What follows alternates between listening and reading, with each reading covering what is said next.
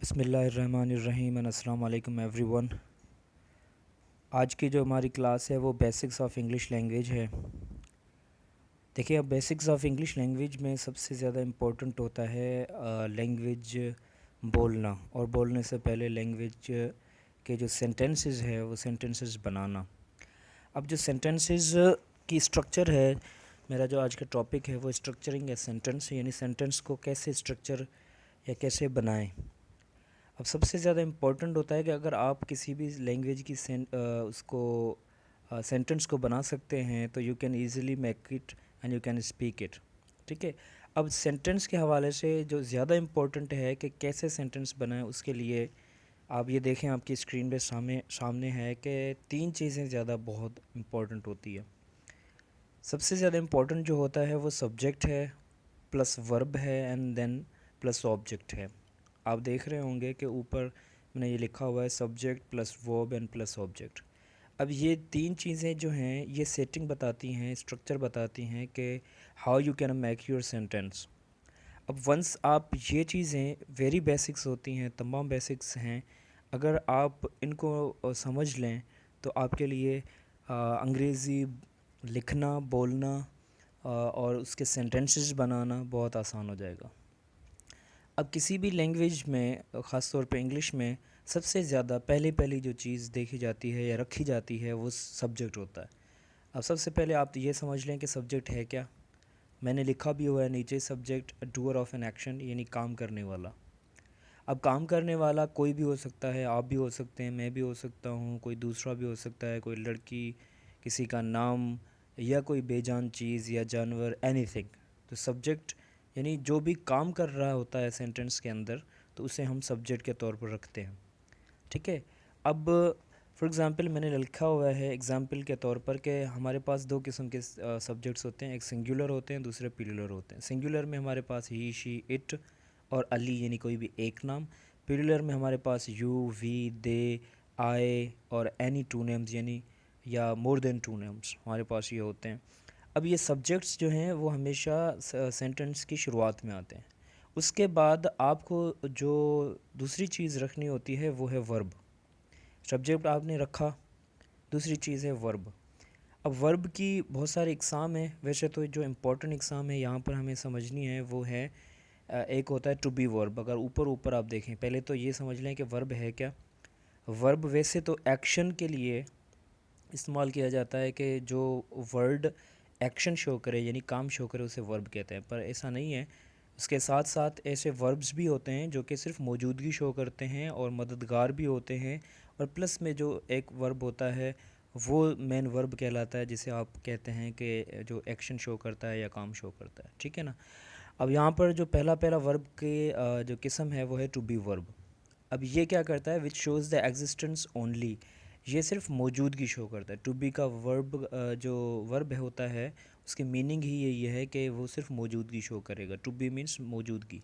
अब हमारे पास ऐसे एग्जांपल्स मैंने लिखे हुए हैं, is, am, are, was, were, will be and shall be हैं। ठीक है, ये एग्जांपल के तौर पर मैंने लिखे हैं जो कि सिर्फ मौजूदगी शो करेंगे, और आगे चल के मैं आपको बताऊँगा कि किस तरीके से आप इनके सेंटेंसेस फिर बना भी सकते हैं। और नीचे आप देखें तो एग्जांपल के तौर पर मैंने लिखा हुआ है ही इज़ माय फ्रेंड। अब यहाँ पर जो इज़ इस्तेमाल किया है वो रेड है, वो इसलिए रेड है कि ताकि आपको पता चले कि ये टू बी वर्ब है। अब यहाँ पर अगर आप देखें तो इज़ सिर्फ मौजूदगी शो कर रहा है कि वो मेरा दोस्त है, यहाँ पर कोई भी ऐसा एक्शन वगैरह शो नहीं हो रहा। अब आई एम ए टीचर, मैं एक उस्ताद हूँ। अब यहाँ पर भी आप देखें एम जो है वो भी इसी तरीके से सिर्फ मौजूदगी शो कर रहा है कि मैं उस्ताद हूँ, बाकी कोई भी एक्शन वगैरह शो नहीं हो रहा। अब दूसरे किस्म की जो वर्ब है वो है ऑक्सिलरी वर्ब। अब ऑक्सिलरी वर्ब क्या होता है कि ये which helps the main verb, जो मेन वर्ब की मदद करता है। अब मेन वर्ब नीचे है, वो आपको मैं बाद में बताता हूँ, पर ये मददगार फ़ेल कहलाता है, जिसे आप हेल्पिंग वर्ब भी कहते हैं। अब ये क्या करता है, कोई ना कोई मौजूदगी शो करता है और ना ही एक्शन शो करता है, बल्कि मदद करता है मेन वर्ब की जुमले को कंप्लीट करने में और उसको पूरी मीनिंग देने में।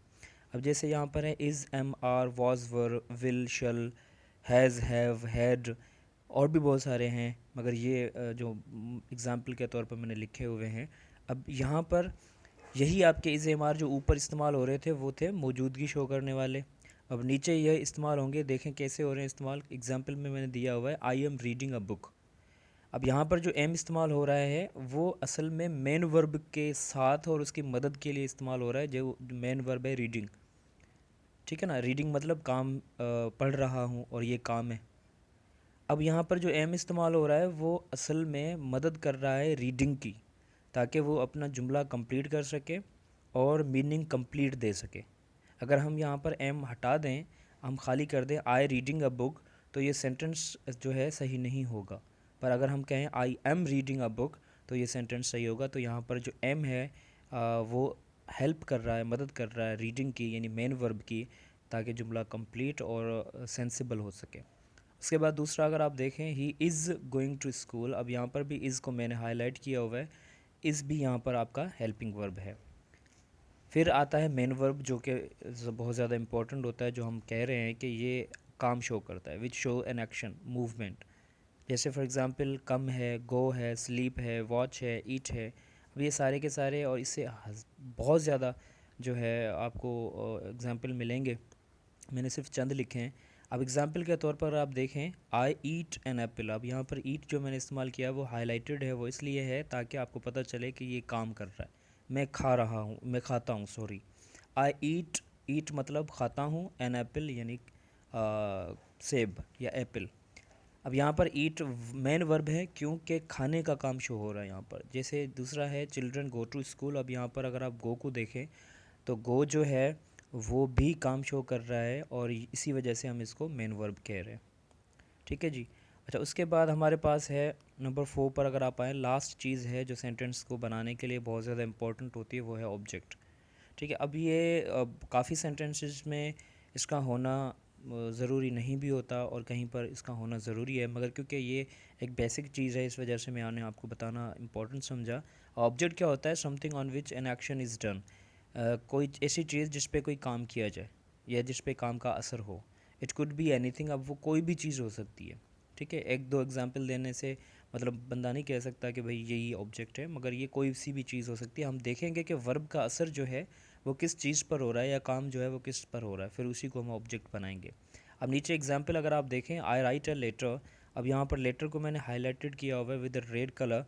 अब यहाँ पर लेटर जो है वो आपका ऑब्जेक्ट है सेंटेंस के अंदर।